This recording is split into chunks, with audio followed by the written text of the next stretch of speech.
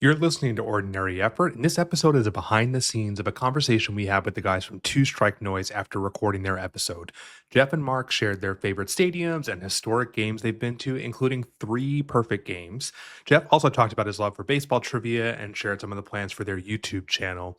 If you like what you listen to or watch, give us a review or subscribe to us on YouTube, and definitely check out our Discord channel where we play Grid together almost every night. The link is in the description. Thanks for watching.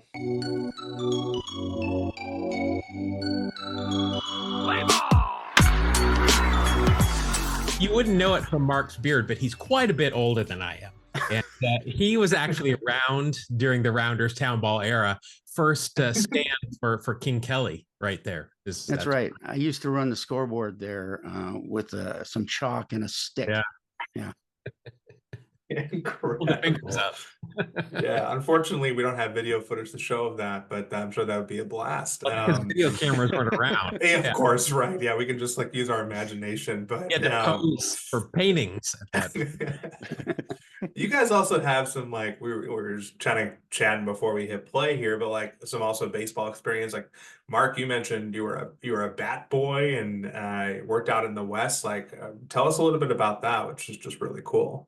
Well, I was born and raised in Tacoma, Washington, which is, not the end of the world. But if you go up on top of Cheney Stadium, you can see the end from there. So it's a nice place. But that's where my dad introduced me to baseball at the age of 5, and I completely obsessed over it from day one. And finally they were short bat boys, and they were like, dude, you got to come out and help us out with this. And so I reluctantly went out, and I discovered how much I enjoyed being in the clubhouse around the players. I eventually became one of the clubbies and got to know a lot of the guys. This is when I was working for the Oakland A's. So I worked there for the Giambi era, sort of, and met a lot of guys from other teams that were pretty awesome. Tim Salmon, Mike Piazza, those guys. It was kind of around that era. And Nice. then when the time came, I moved up to scoreboard operations. And then the Mariners called and said, do you know how to run this particular software? And I said, I do. Does that mean you're going to hire me? And they did. And I've been working for the Mariners. This was my 25th season there. Wow. Yeah, just running scoreboards, pressing buttons. Too bad there's not footage of when the manager called you in the office down there at AAA to, with what everybody does now and tells you they're going to trade you to Japan and then tell you actually got called up. They called me a few times about some calls I made when I was official scoring. I called you something. No kidding. I was at my day job one time, and a manager from the Edmonton Trappers calls me at work and says, that play in the 6th inning last night? And I'm just like, I have no idea what you're talking about. And why are you calling me at work? This is so weird, but that's a true story. It's bizarre. Gosh. Yeah, people tend to get fired up about baseball. So just a little bit. Just a little bit. I was actually listening to one of your episodes the other day. It was the episode about the A's and how they're leaving Oakland. I actually just made it out to Oakland in the for their. I think it was the second to last game against the Giants in 24. I was out there in August, and I was like, I wasn't there to go to the game, but I was not far from there, and I was like, this is my last chance to. I'm trying to see a game in every stadium, so this is my last chance to go to a game at the Coliseum. So I was like, you know what, I'm gonna go. I went by myself and walked around the whole Oakland Coliseum, and it was actually they were doing the the A's. They were like inducting players into their Hall of Fame. So it was nice. Like Canseco was inducted that day, and I want to say Terry Steinbach was there. He was. Yeah. So like that was kind of cool to get to be there for that. Well, I got a question now. You've been to Oakland. What's your favorite stadium you've been to? Ooh, that's a good question. So I've done 18 teams and 21 stadiums if you're counting Shea and Citi Field. I'm from New York, so I'm a Mets fan. Went to both Shea and Citi Field, both Yankee stadiums, and then I went to Veterans Stadium in Philly and then Citizens Bank. There's a few. I mean, Wrigley Field has like one of the best auras around the stadium. Wrigley and Fenway have the best like auras around the stadium, I think. PNC in Pittsburgh is up there.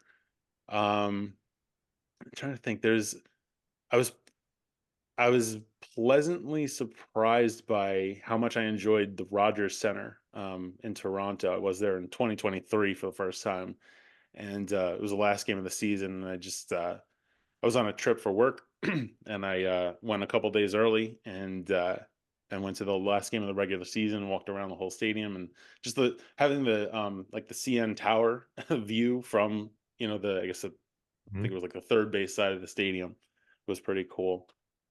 Yeah. Yeah. PNC is by far my favorite. I mean, I've been to Old Yankee. I haven't been to the new one.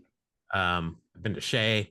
I think I'm right about where you are. Like, Yeah. I think I was at 22 or 23, so just right in the same thing. And yeah, for me, PNC, I agree. The Cubs, Wrigley, that was such a vibe just driving up there, and Fenway is Fenway. It's crazy Yeah. Yeah. everywhere. But yeah, PNC for me is my favorite ballpark. Camden Yards is also. I feel like Camden Yards snuck up on me a little bit. I liked going out to Baltimore when I was on the East Coast. So If you that was if another you one. get out, if you're not, if you don't have a ticket, if you're actually working a game, Camden Yards is awful. Oh When wow. you look at it, it's beautiful. Mm, But yeah, it's not great. But like Dodger Stadium is beautiful when you walk in there, and they've kept everything up behind the scenes too. I'm wow. hoping Camden will keep that. Yeah, I haven't made it to the West Coast very much, but I did go to Dodger Stadium, and it's just like stunning as you walk up. And Yeah.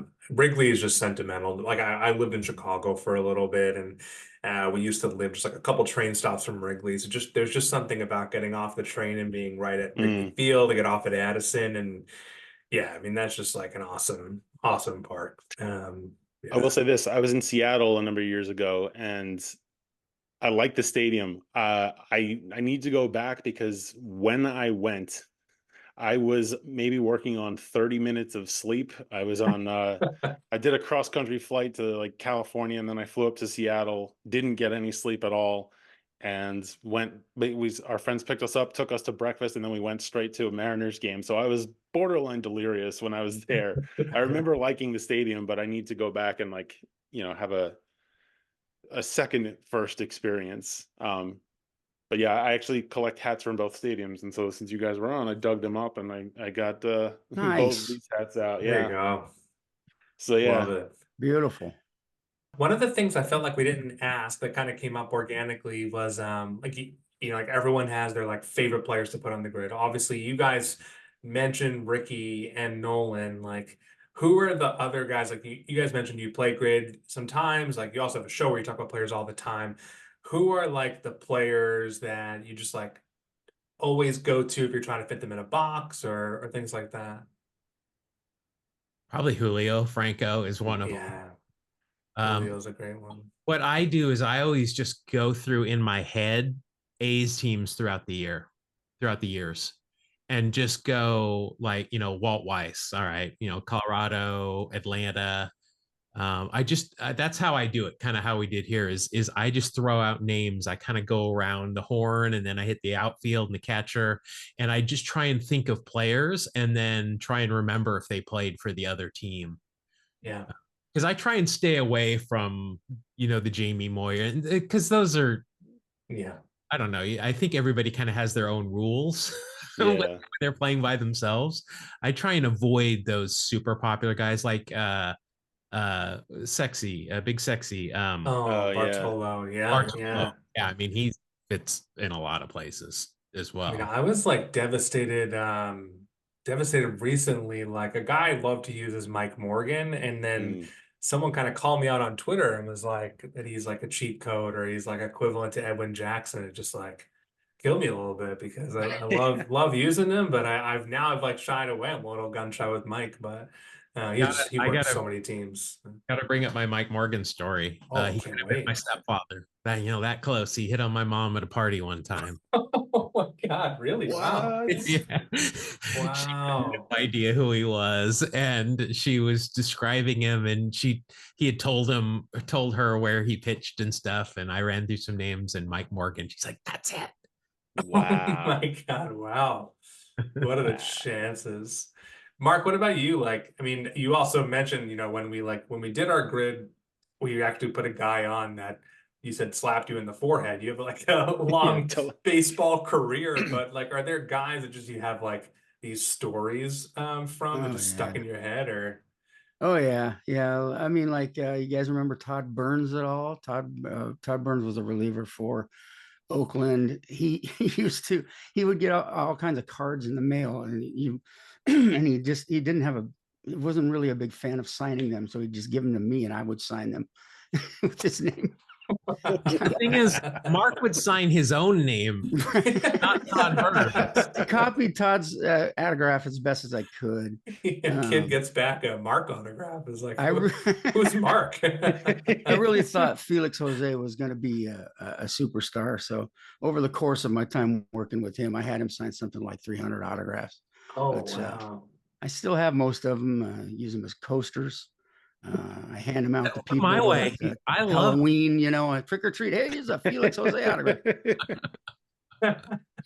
You guys remember Greg Hansel at all? Jeff, do you remember Greg Hansel? I remember that name. Yeah, one time they came, he was with Albuquerque. They came through Tacoma, and I was unpacking his bag, and I came across, we listened to pretty much the same music. And so he had the Smiths CD, Morrissey, the Smiths.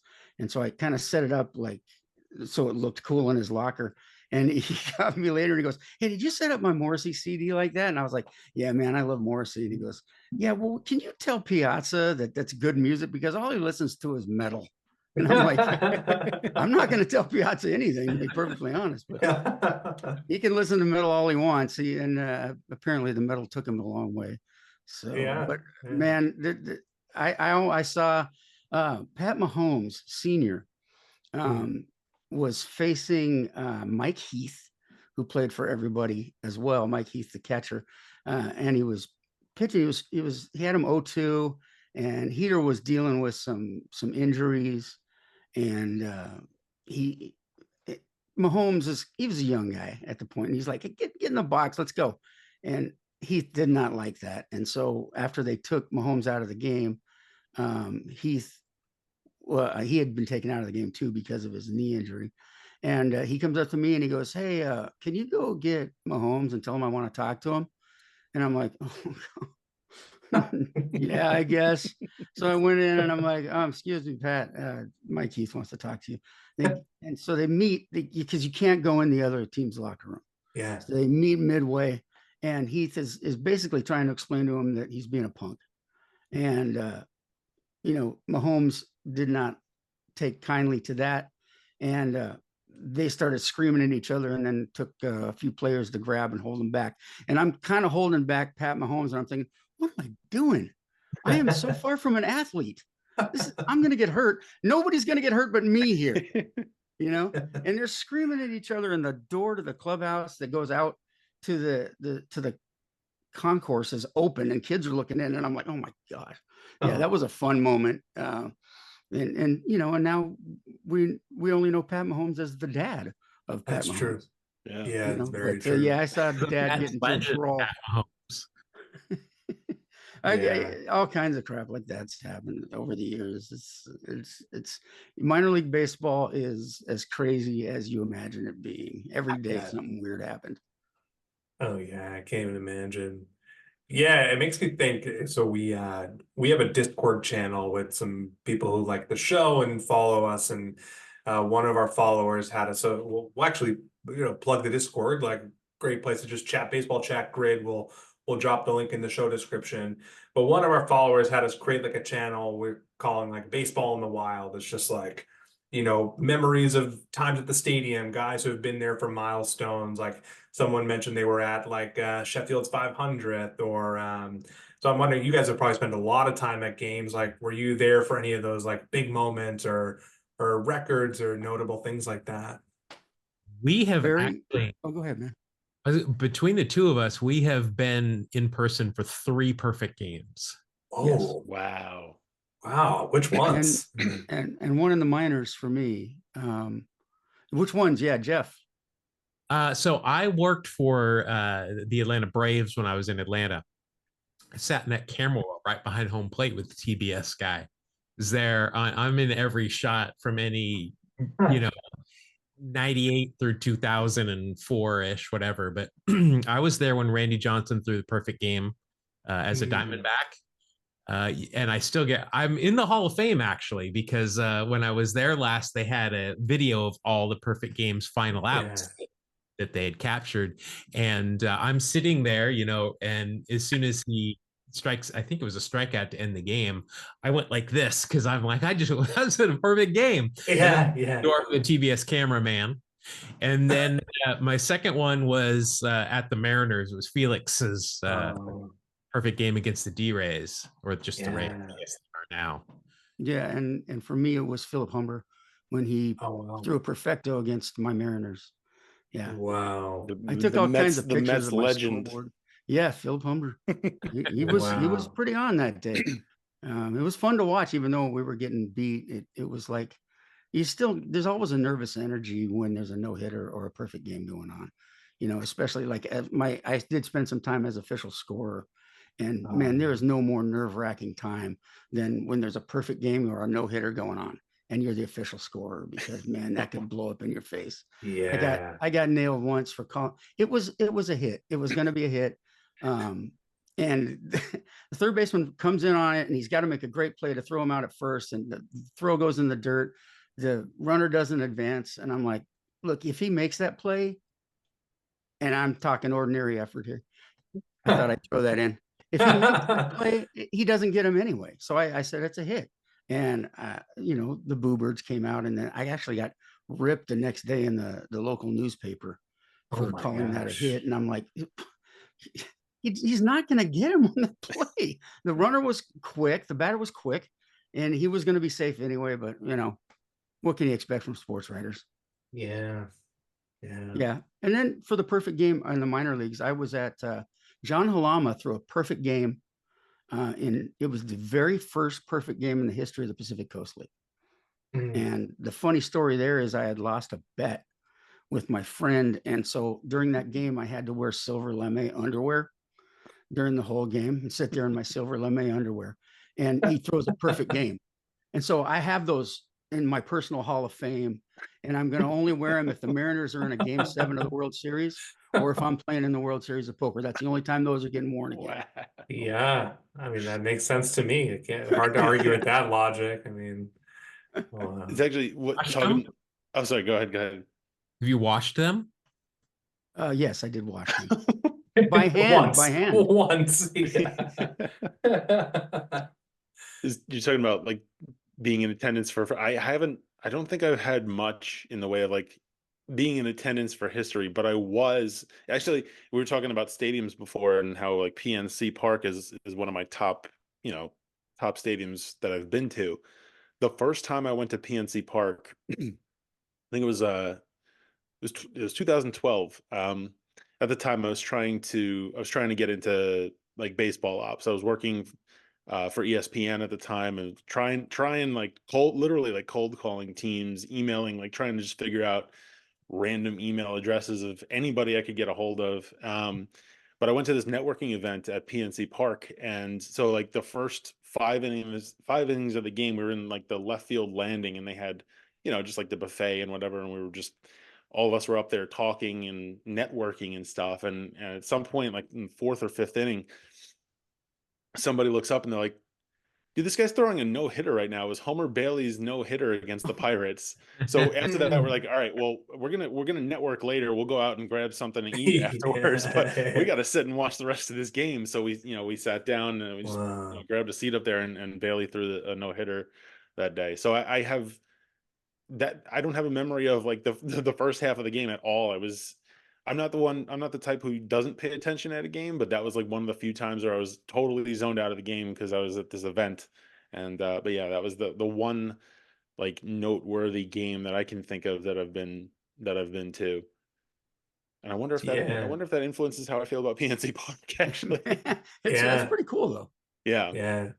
I've never been at like a history game like that, but the memorable game was a bad memory for me. I'm a Yankees fan, and a few of my buddies and I went to Houston for the ALCS in 2019 when Altuve walked it off on Chapman, hit that massive home run. It was just the roller coaster. It was only playoff game I've been to. If I could take my like total fandom out of it, incredible, like absolutely incredible finish. But of course, like you're just thinking about your fandom in that moment. I was just like devastated because DJ LeMahieu hits the home run prior to sort of get them back in the game. Shuts the crowd down, and then by the time it's over, we're walking back to our hotel and Yankee stuff. People are like beeping the horn at us, throwing stuff at us. Like it was like, it was the best day ever for them and pretty down for us. But also like amazing energy. So Yeah. If you're a Yankees fan, one of the things that it wasn't on the field, but that I really enjoyed when I got the chance to do it is old Yankee Stadium. There was no there was a press box, but where they did the scoreboard operations, all that kind of stuff, was in this gondola that kind of hung down from the stadium. It was very tight, but and I watched one game from there. Then I went out in the stands the rest of the time I was there. But Bob Shepard's booth was right there, so I got to meet and shake his hand. And I'm not much of a Yankee fan. I was when Ricky was there. I was a huge Yankee fan when Ricky was there. But that was of all the I've been to many Yankee games at Yankee Stadium, but that was the biggest thing, was getting to meet and shake Bob Shepard's hand. That's incredible. I'll share one story and we can kind of wrap it. But you said shake hands. When I was like a kid, we were in New York City and we were just walking around, no intention to do anything baseball related, and we passed this place that's now shut down called like the All-Star Cafe. And there was a sign out on the front of the door that said like Derek Jeter here today for autographs. And we're like, whoa, okay, we gotta go in. So we went in and we were 5 hours early. So we were, of course, like the first person in line to meet Derek Jeter. This is probably like his first or second season, somewhere in there. And he was there at the time with Jorge Posada, who had not even really had many at bats yet. Girardi was still like the guy. So I was just a little kid who was just like, I gotta meet Derek Jeter. I don't even think I shook Jorge Posada's hand. I didn't get his autograph, so I was like, well, that's a good hell thing. is this? I mean, That's why? Well, Jorge Posada, if you remember, never used batting gloves. It's true. Yeah. So he's probably like full of pine tar. Like, oh no. I know where this is going. I think I know exactly where this is going. Jorge Posada famously said, "You don't want to shake my hand at spring training," because he, like other guys that would wear batting gloves, would need to toughen their hands up. Some guys dip their hands in pickle juice. Other guys, like Jorge Posada, would urinate on their hands. Oh my gosh! I think Moises Alou was one of those guys too. That was like the first one I ever remember. Then I guess I was a smart kid. Yeah, you were. Like, somehow I knew it wasn't safe to touch his hand. Yeah. Wow. I did not know that. This is the stuff I know, that Jorge Posada urinates on his hands. You asked me some serious question, I got no idea, but. That should be a grid box, like Yankees. Urinated on his hand. Urinated on his hand. No batting gloves. We'll write to Baseball Reference and ask him to consider it in their next launch. So. I've spoken to Adam before, and what I would love for the grid to do, and I do this, I just play it kind of my way, is I would love to put time frames in there. So you've got to name somebody from the A's from 90 to 99. Or or even like 60. It might be a little bit harder if you get 60s and earlier, but I would love to see some time frames on there. I think it would also eliminate using the same players over and over again. Be cool if they could do like even like a way to toggle that on and off for like a mode. Like, okay, you did the grid already. Now I want to play it on like 80s mode, or and you I can only do the grid. Players. Yeah, exactly. Well, Adam, if you're listening, you got your next product launch. So And yeah. I've kind of started on YouTube, on our YouTube channel. I've been posting shorts 3 times a week where I take an old baseball card and, I blank out the player, the name, the team, and then I give some clues. And, you only have 30 seconds. Who is this card?